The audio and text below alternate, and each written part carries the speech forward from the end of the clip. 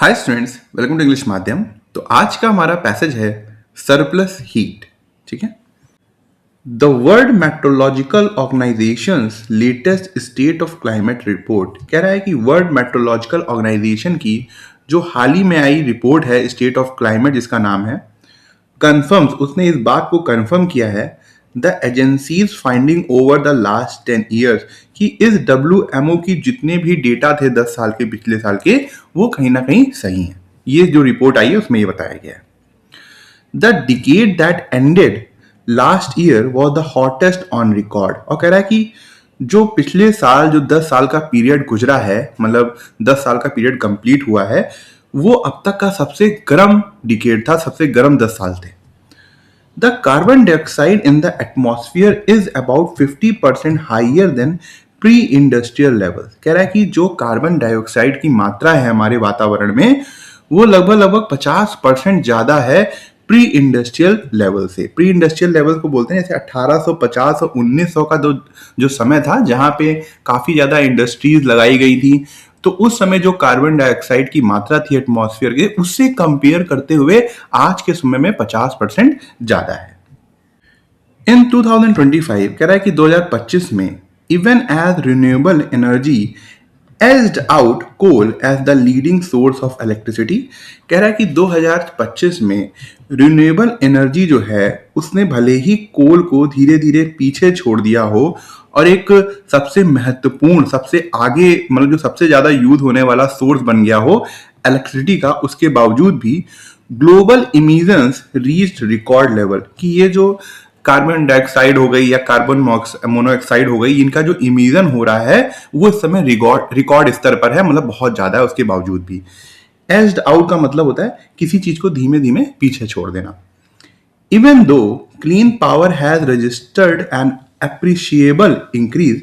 कह रहा है कि इस समय हमारे यहाँ जो क्लीन पावर है, क्लीन पावर में क्या हो गया, जैसे विंड एनर्जी हो गई है ना, जिससे कोई प्रदूषण नहीं फैलता, इसको हम बोलते हैं क्लीन पावर।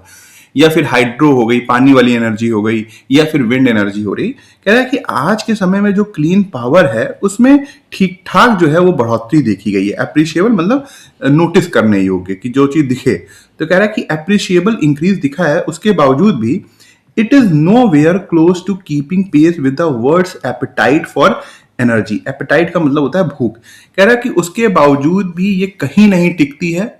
जो दुनिया की भूख है एनर्जी के लिए, मतलब जितनी दुनिया को एनर्जी चाहिए उसके लिए ये उतनी काफी नहीं है। It is nowhere close to keeping pace, मतलब एक तरीके से वो जो वर्ल्ड की जितनी आवश्यकता है उसको पूरा नहीं कर पा रही है। All this means that the concentration of carbon dioxide reached its highest level in the last 2 million years। कह रहा है कि इन सब का यही मतलब है कि कार्बन डाइऑक्साइड की जो कंसेंट्रेशन है, मतलब जो मात्रा है हमारे एटमॉस्फेयर में, वो पिछले 2 लाख सालों में सबसे हाईएस्ट लेवल में है, मतलब सबसे ज्यादा है। And methane and nitrous oxide in at least the last 8 lakh years. और 8 लाख सालों में मीथेन और नाइट्रस ऑक्साइड भी हमारे एटमॉस्फेयर में सबसे ज्यादा है। In itself these are sobering figure. Sober मतलब क्या होता है, जो चीज बहुत ज्यादा सीरियस हो ना, बहुत ज्यादा गंभीर हो। तो कह रहा है कि अपने आप में ही ये जो फिगर्स हैं कि इतने ज्यादा रिकॉर्ड स्तर में ये सब जो प्रदूषण फैलाने वाली गैसेस हैं, ये खुद में ही बहुत ज्यादा सीरियस बात है, ये सीरियस फिगर है। The WMO report adds another worrying dimension. कह रहा है कि जो वर्ल्ड मेट्रोलॉजिकल ऑर्गेनाइजेशन की रिपोर्ट है उसने एक और भी चिंता जो है एक तरीके से हमको दर्शाई है या जोड़ी है। The record levels of GHE, ये जो ग्रीन हाउस गैसेस हैं, have upset the earth energies equilibrium. कह रहा है कि ये जो रिकॉर्ड नंबर में, जो रिकॉर्ड लेवल वाला बहुत ज्यादा हाई ग्रीन हाउस गैसेस पहुंच गई हैं, उसने धरती का जो एनर्जी बैलेंस है, इक्विलिब्रियम मतलब जो बैलेंस है एनर्जी का, उसको अपसेट कर दिया है, एक तरीके से उसको बिगाड़ दिया है। यहाँ पे ग्रीन हाउस गैसेस बार बार तो बताने की जरूरत नहीं है भाई, carbon dioxide, carbon monoxide, chlorofluorocarbon, ठीक है, जो हमारी AC या फ्रिज में यूज होता है, और भी हो गई, मीथेन हो गई, नाइट्रस ऑक्साइड हो गई, जितनी भी गैसेस हैं उनको ग्रीन हाउस गैसेस बोलते हैं। Ideally, the amount of radiation entering the planet and amount of it leaving it should be roughly similar। कह रहा है कि आइडियल रूप में कि सिस्टम होना कैसा चाहिए कि मान लो ये धरती है, ठीक है, जितनी सन से एनर्जी आ रही है उतनी ही इसको एटमॉस्फेयर से बाहर चली जानी चाहिए। मतलब जितनी सूरज से एनर्जी आ रही है, लाइट आ रही है, उतनी ही गर्मी जो है वो बाहर निकल जानी चाहिए। कह रहा है आइडियली रूप में ऐसे ही होना चाहिए। But a heat surplus has accumulated मतलब इकट्ठा होना इन द पास्ट 6 डिकेड्स। कह रहा है कि पिछले 60 सालों में ये जो एनर्जी यहां पर आ रही है ये अर्थ एटमॉस्फेयर पे ट्रैप हो जा रही है। That means that even if GHG emissions were to completely stop anytime soon, the planet will continue to warm। कह रहा है कि इसका मतलब ये है कि अगर हम ग्रीन हाउस गैसेस का जो इमिशन है उसको अभी ही रोक दें, उसके बावजूद भी जो हमारी धरती है वो लगातार गर्म होती रहेगी। क्यों? देखो, इतना तो पता होगा ना कि ग्रीन हाउस गैसेस से एक ब्लैंकेट बन जाता है जो बाहर इस हीट को जाने नहीं देता, उसको इसी एटमॉस्फेयर में ट्रैप कर लेता है। जब ट्रैप कर ले रहा है तो अब यहां से तो जगह मिल नहीं रही है इसको गर्मी को बाहर जाने की। तो अगर हम इस ग्रीन हाउस गैसेस का इमिशन बंद भी कर दें तब भी हमारा जो एटमॉस्फेयर है वो गर्म होता रहेगा। Since water can store large amounts of heat, कह रहा है क्योंकि जो वाटर है वो बहुत सी बड़ी मात्रा की जो एनर्जी है अपने अंदर स्टोर कर सकता है। The seas and oceans have become the main repositories of the extra energy trapped by greenhouse gases। कह रहा है कि ये जो सीज है हमारे यहाँ या फिर समुद्र हैं वो एक्स्ट्रा एनर्जी जो हमारी धरती में ट्रैप हो गई है उसको अपने पास एक तरीके से स्टोरेज है, स्टोरेज रूम है उसके लिए। रिपोजिटरीज का मतलब होता है ऐसी जहां पे आप एक्स्ट्रा चीजों को स्टोर करते हो। तो कह रहा है कि ये मेन जो है एक स्टोर रूम की तरह काम कर रहे हैं जो एक्स्ट्रा एनर्जी हमारे धरती में ट्रैप हो गई है, फंस गई है। The total effects on ocean are not fully understood.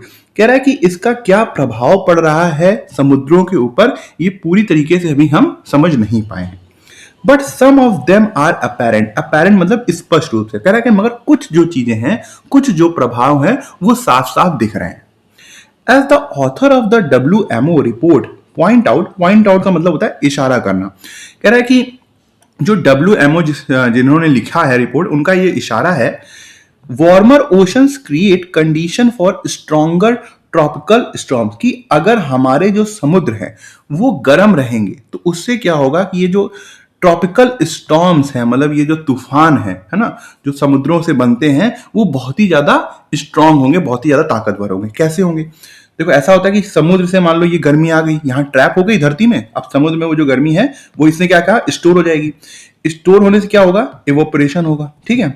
फिर ये जो पानी होगा ये जाके ऊपर क्या बनेगा, क्लाउड बनेंगे। क्लाउड होने के बाद क्या होगा, कंडेंस होंगे ये, तो क्या होगा, बारिश होगी। जब बहुत ज्यादा बारिश होगी तो बारिश के साथ साथ जो ये गर्मी, लैटेंट हीट के बारे में सुना है, जो लैटेंट हीट आइस के अंदर होती है, छुपी हुई हीट होती है, जब वो बाहर निकलती है तो क्या होता है, वो एक तरीके से पानी बन जाता है। तो वही जो लैटेंट हीट है बादलों में वो क्या होगा, बाहर निकलेगी। जब बाहर निकलेगी तो किस रूप में निकलेगी, हवा के रूप में निकलेगी। हवा के रूप में निकलेगी तो क्या होगा, वो लो प्रेशर की तरफ जाएगी। धरती में जब लो प्रेशर जहां पे होगा वहां पे तेजी से जाएगी। जब लो प्रेशर में जाएगी तो क्या होगा, तूफान आएगा। तो यही चीज वो कह रहा है कि जो गर्म ओशन है वो स्ट्रॉन्गर ट्रॉपिकल स्टॉर्म्स जो हैं वो बनाएंगे। एट द सेम टाइम, उसी समय melting ice is pushing up sea level, जो पिघलती हुई बर्फ है, जो पिघलते हुए ग्लेशियर्स हैं वो हमारी समुद्री लेवल को बढ़ा रहे हैं। And weakening the planet's ability to reflect solar. कह रहा है कि और जो धरती की क्षमता है गर्मी को रिफ्लेक्ट करके बाहर फेंकने की, उसको कमजोर कर रहा है। Solar radiation back into the space, ठीक है, वही मतलब है। Aggravating the energy imbalance in the process. Aggravate करना मतलब किसी चीज को और ज्यादा खराब करना, ठीक है। तो कह रहा है कि ऐसे ही ये जो धरती का एनर्जी बैलेंस है, इक्विलिब्रियम है, उसको और ज्यादा ये खराब करती है। इंक्रीमेंटल चेंजेस, इंक्रीमेंटल मतलब छोटे छोटे जो चेंजेस हैं, are unlikely to change the trajectory of extreme weather event, कि ये शायद ही जो हमारे यहाँ मतलब एक्सट्रीम वेदर इवेंट्स होने वाले हैं, जो बहुत ज़्यादा एक तरीके से तूफान आने वाला है, अर्थक्वेक आने वाला है, या फिर फ्लडिंग होने वाली है, तो कह रहा है कि शायद ही इस रास्ते को वो चेंज कर पाए जो छोटे छोटे हम चेंजेस अपने यहाँ कर रहे हैं। ट्रेजेक्ट्री मतलब होता है पाथ। देयरफॉर, इसीलिए even as they devote resources towards green methods of production. कह रहा है कि अब हमारा जो हमारी सरकारें हैं या ऑर्गेनाइजेशंस हैं वो भले ही अपने रिसोर्सेज को, जो भी हमारे पास रिसोर्सेज है वो डिवोट कर रहे हैं, मतलब समर्पित कर रहे हैं कि किस तरीके से हम एनर्जी जो है वो ग्रीन तरीके से, ग्रीन मैथड का यूज करें। ग्रीन मैथड का मतलब क्या हो गया, फिर से वही रिन्यूएबल एनर्जी वाले जो मैथड है कि उसमें हम अपना पूरा जोर लगा रहे हैं। उसके बावजूद भी planners must find ways to make infrastructure more resilient, कि जो प्लानिंग करने वाले हैं उनको ये रास्ता ढूंढना होगा कि जो भी वो इंफ्रास्ट्रक्चर बना रहे हैं वो मजबूत बनाए, रेजिलियंट बनाए। Invest more in early warning system, और ज्यादा पैसे लगाएं वार्निंग सिस्टम्स में, ताकि हमको अर्थक्वेक मान लो जैसे आने वाला है तो एक हफ्ता पहले ही पता चल जाए तो हम उसकी तैयारी करके रखें। फ्लड होने वाला है, मतलब बाढ़ आने वाली है, तो एक हफ्ता पहले पता चल जाए तो हम उसको कर लें। या फिर किसानों को, जो हमारे देश के किसान हैं, उनको पता चल जाए कि भाई ये स्थिति बनने वाली है, तो हो सकता है वो जल्दी अपना धान काट लें। तो कह रहे हैं इसलिए हमें अर्ली वार्निंग सिस्टम में भी इन्वेस्ट करना वाला है। एंड शील्ड द वल्नरेबल, और जो कमजोर है, वल्नरेबल मतलब जो कमजोर है उनको सुरक्षा देने वाला है। The energy imbalance could unfold over decades. कह रहा है कि ये जो एनर्जी इम्बैलेंस है, मतलब जिस तरीके से धरती में एनर्जी इम्बैलेंस हो रहा है, वो अब आने वाले दशकों में और ज्यादा दिखेगा। पॉलिसीज मस्ट देयरफॉर, कह रहा है इसीलिए जो हमारी नीतियां हैं, बी स्टेबल एनफ, कि वो इतनी ज्यादा स्टेबल रहे, to guide investment and research over long time scale, ताकि वो जो हमारे जितना भी हमें इन्वेस्टमेंट करना है, जितनी भी रिसर्च करनी है, इन सब लोगों को लेकर वो हमको गाइड कर सकें काफी समय तक। क्योंकि हमको चाहिए ऐसी, क्योंकि आगे अब भले ही हम अपनी ग्रीन हाउस इमिशंस को कम कर दें, उसके बावजूद भी इतना ज्यादा एनर्जी इम्बैलेंस हो गया है, इतना ज्यादा खराब हो गई हैं चीजें कि उसको समय लगेगा। और समय का मतलब ये हो गया 30, 40, 50 साल भी हो सकते हैं। तो इसीलिए हमको आज के समय में ऐसी पॉलिसीज चाहिए जो हमें काफी लंबे समय तक गाइड कर सकें। The most important message for governments and the political class worldwide is this। कह रहा है कि सबसे महत्वपूर्ण जो मैसेज है गवर्नमेंट्स के लिए और जितनी भी राजनीतिक क्लास है पूरे दुनिया भर में उनके लिए, they need to find the resolve and creativity to insulate climate policies from short term politics. कह रहा है कि ये दुनिया भर की जो गवर्नमेंट्स हैं या जितने भी राजनीतिक लोग हैं, इनको एक ऐसा समाधान, रिजॉल्व ढूंढना होगा या क्रिएटिविटी ढूंढनी होगी, ताकि वो जो क्लाइमेट पॉलिसीज हैं, मतलब क्लाइमेट से जुड़ी हुई जो नीतियां हैं, उनको शॉर्ट टर्म पॉलिटिक्स से बचाया जा सके, इंसुलेट किया जाए, मतलब उनको सुरक्षा दी जा सके। मान लो कि किसी को शॉर्ट टर्म पॉलिटिक्स बेनिफिट चाहिए, लाभ चाहिए, उसको इलेक्शन जीतना है, तो वो ऐसा ना कर दे कि, मतलब कुछ लोग कह रहे हैं कि भाई हमारे लिए यहाँ पुल बना दीजिए सर, तब हम आपको वोट दे देंगे। तो सरकार क्या करेगी, पुल बना देगी और पेड़ों को काट देगी। तो यही कह रहा है कि हमारी नीतियां ऐसी होनी चाहिए कि हम शॉर्ट टर्म पॉलिटिक्स के लिए, शॉर्ट टर्म राजनीति के लिए क्लाइमेट पॉलिसीज को बचा कर रखें, उनको ना छेड़े। समझ में आई बात? The following statements based on the passage. ये 4 स्टेटमेंट दिए हुए हैं, इसको बताना है कि करेक्ट है कि इनकरेक्ट है। Global emissions reach record levels in 2025 despite the renewable energy becoming the leading source of electricity. कह रहा है कि ग्लोबल इमिशंस जो हैं, जो मतलब जो गैसेस इमिट हो रही हैं, वो 2025 में रिकॉर्ड स्तर पे पहुंच गई है। उसके बावजूद, मतलब रिन्यूएबल एनर्जी हम लोग जो है काफी ज्यादा यूज करने लगे हैं, उसके बावजूद भी। हाँ, तो ये सही है, एकदम सही करेक्ट स्टेटमेंट है।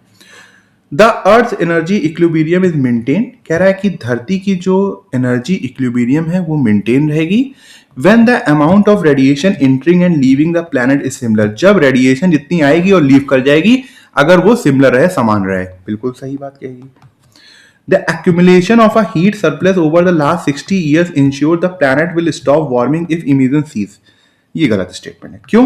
कह रहा है कि ये जो हीट सरप्लस हुई है, जो इकट्ठा हुई है लास्ट 60 सालों में, अगर हम उसको अब इमिशन को बंद कर देते हैं, मतलब इमिशन जो हो रही है उसको रोक देते हैं, तो हमारी धरती जो है वो गर्म होना बंद हो जाएगी। ऐसा नहीं है, इतना ज्यादा मामला बिगड़ गया है कि आगे तक गर्म होती रहेगी। पैसेज के अनुसार methane and nitrous oxide concentration have reached their highest levels in at least the last 8 lakh years.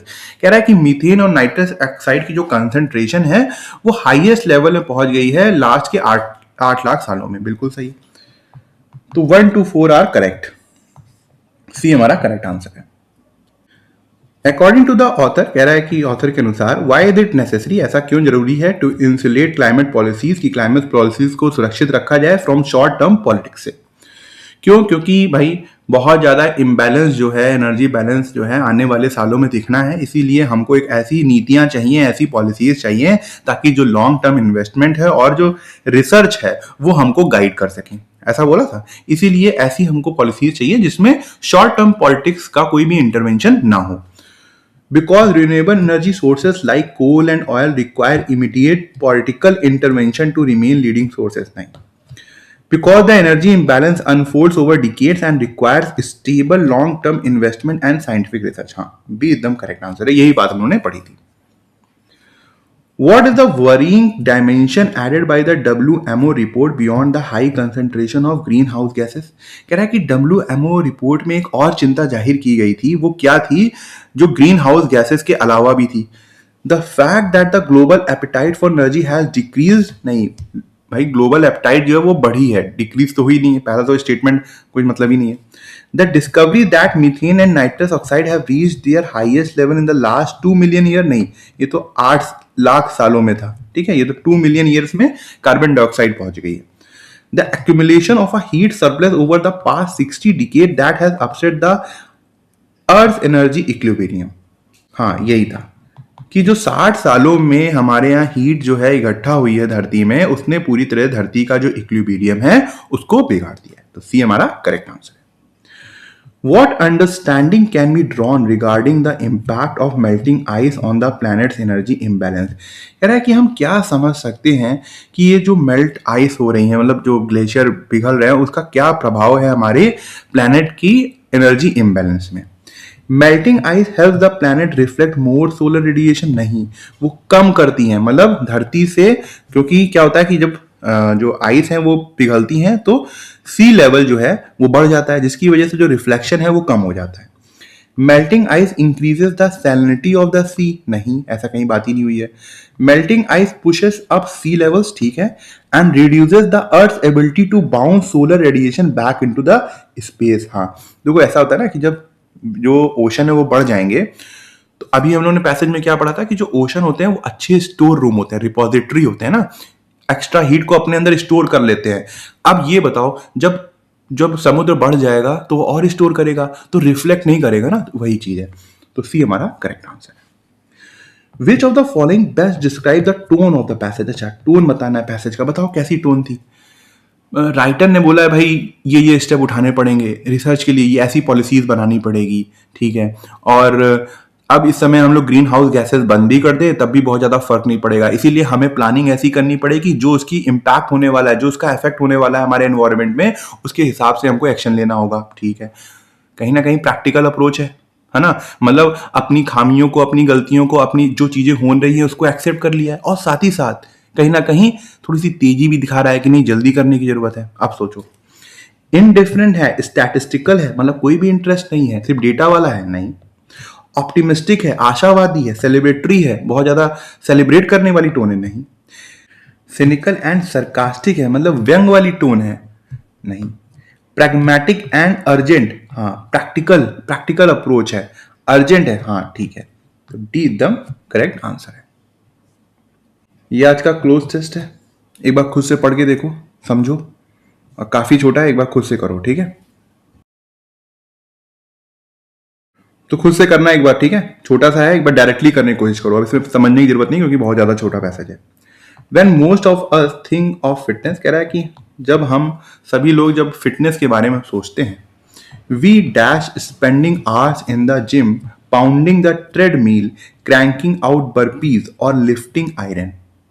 कह रहा है कि हम ट्रेडमिल देखा होगा ना, उसमें जब बहुत तेजी से दौड़ते हैं, क्रैंकिंग आउट बर्पीज एक तरीके से एक एक्सरसाइज होती है, बर्पीज डाल के देखना, तो बहुत तेजी तेजी से उसके पूरे क्या कहते हैं जो साइकिल होता है उसको करना होता है, एंड लिफ्टिंग आयरन, और जो आयरन लोग उठाते हैं जिम में उसकी बात हो रही है। क्या होना चाहिए? एक चीज कह रहा है कि जब भी हम फिटनेस के बारे में सोचते हैं तो ये चीज सोचते हैं कि कितना ज्यादा हम घंटे जो है वो जिम में गुजारने वाले हैं। क्या होना चाहिए? एस्पायर, एस्पायर का मतलब होता है इच्छा करना, वैसे चाहिए यहाँ पे क्या वर्ब चाहिए। रेमिनिस, रेमिनिस का मतलब होता है पुरानी बातों को याद करना, तो कोई मतलब नहीं है। एस्पायर का भी कोई मतलब नहीं। एक्सपेक्ट, स्पेकुलेट का मतलब होता है अनुमान लगाना। क्या अनुमान लगाते हैं हम यहाँ पर? नहीं। इमेजिन, हाँ हम कल्पना करते हैं। We imagine spending hour in the gym pounding the treadmill, cranking out burpees और लिफ्टिंग आयरन। तो डी हमारा करेक्ट आंसर है। But recent research shows you don't need to dash an enormous effort to dash some of the benefits। कह रहा है कि आज की जो रिसर्च है वो ये दिखाती है कि हमको बहुत ज़्यादा एफर्ट डालने की ज़रूरत नहीं है अगर हमें बेनिफिट्स चाहिए, उससे लाभ चाहिए। तो क्या होना चाहिए? यहाँ पे फ्रेजल वर्ब आ रहा है पुट इन का मतलब होता है प्रयास करना। हो सकता है we you do not need to put in an enormous effort. तुमको बहुत ज्यादा एनॉर्मस एफर्ट, ज्यादा एफर्ट डालने की जरूरत नहीं है, ठीक है। पुट अक्रॉस का मतलब होता है समझाना, व्यक्त करना। पुट डाउन का मतलब होता है किसी चीज को नीचे रख देना। पुट ऑफ का मतलब होता है किसी चीज को टालना। यहाँ पे बेस्ट क्या है? Put in. But recent research show कि हालिया जो रिसर्च है वो ये दर्शाती है कि हमें बहुत ज्यादा एफर्ट डालने की जरूरत नहीं है। Dash some of the benefits, कुछ लाभों को पाने के लिए क्या होना चाहिए यहाँ पर? स्लैवेज का मतलब होता है बचाना। रीप मतलब लाभ उठाना, रीप करना। इनहेरिटेंस कुछ समझ में आ रहा है? विरासत में पाना नहीं। प्रोक्योर का मतलब किसी चीज को पाना। तो यहाँ पे रीप है। तो यहाँ पे पूरा मतलब क्या है कि जो रीसेंट रिसर्च है उसने ये दर्शाया है कि हमको बहुत ज्यादा एफर्ट डालने की जरूरत नहीं है अगर हमें कुछ बेनिफिट लेने हैं तो। In fact you barely need to move at all. कह रहा है कि असल में तुमको शायद ही अपनी बॉडी को बिल्कुल भी हिलाने की जरूरत हो। Just holding a pose for a few minutes at a time can help. कि अगर आप कोई भी पोज एक पोज में खड़े रह जाएंगे कुछ मिनट, उससे भी आपको आराम मिलेगा। मतलब वो भी आपकी मदद करेगा बॉडी को सपोर्ट करने में। आइसोमेट्रिक एक्सरसाइजेस, अब यहाँ पे आइसोमेट्रिक एक्सरसाइजेस की बात आ रही है। Such as remaining in a squat position, कि आप स्क्वाट पोजीशन में आप एक ही मतलब उसी पोजीशन में बने रहें, और sitting down on a chair, या फिर अपनी चेयर में बैठ जाएं with a leg extended in front और यू, और पैरों को अपने सामने फैला लें। Can improve your heart health. तो उससे क्या होगी? जो आपकी हार्ट हेल्थ है वो इम्प्रूव जाएगी। And dash your muscular strength, और आपकी जो मसल की स्ट्रेंथ है वो क्या हो जाएगी? अच्छी हो जाएगी या तो बढ़ जाएगी, ठीक है। Supplement your muscular strength, supplement का मतलब होता है किसी चीज को कंप्लीट करना। तो यहां पे ऐसा मतलब आ रहा है? नहीं। एस्केलेट करना, तेजी से बढ़ाना। एस्केलेट, अब देखो, अब एस्केलेट यहां पे यूज नहीं होगा कि आपकी मसल स्ट्रेंथ को एस्केलेट कर दिया गया। भाई एस्केलेट क्या हो सकता है? वॉर एस्केलेट हो सकता है कि बहुत तेजी से वॉर जो है वो एस्केलेट कर गया, जैसे यूएस और ईरान के बीच हो रहा है। तो नहीं मतलब आ रहा है। मैग्नीफाई का मतलब होता है बड़ा करना। मैग्नीफाई नहीं, यहां पे कोई मीनिंग नहीं आ रहा। मैग्नीफाई इस तरीके से यूज नहीं करेंगे। इनहांस, सुधारना या बढ़ाना। तो इनहांस योर मस्कुलर स्ट्रेंथ, आपकी मस्कुलर स्ट्रेंथ को बढ़ा देगा। तो ये यहां पे बेस्ट है, डी हमारा करेक्ट आंसर है, ठीक है।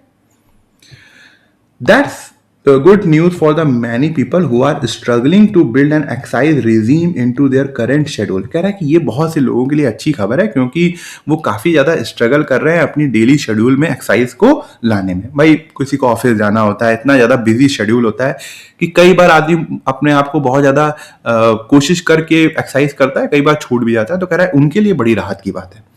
Most of us know that the importance of physical activity. कह रहा है कि हम में से ज्यादातर लोग जानते हैं कि फिजिकल एक्टिविटी की क्या इंपॉर्टेंस है। We just dash to put it into practice. बस हम उसको प्रैक्टिस में लाने से देखते हैं।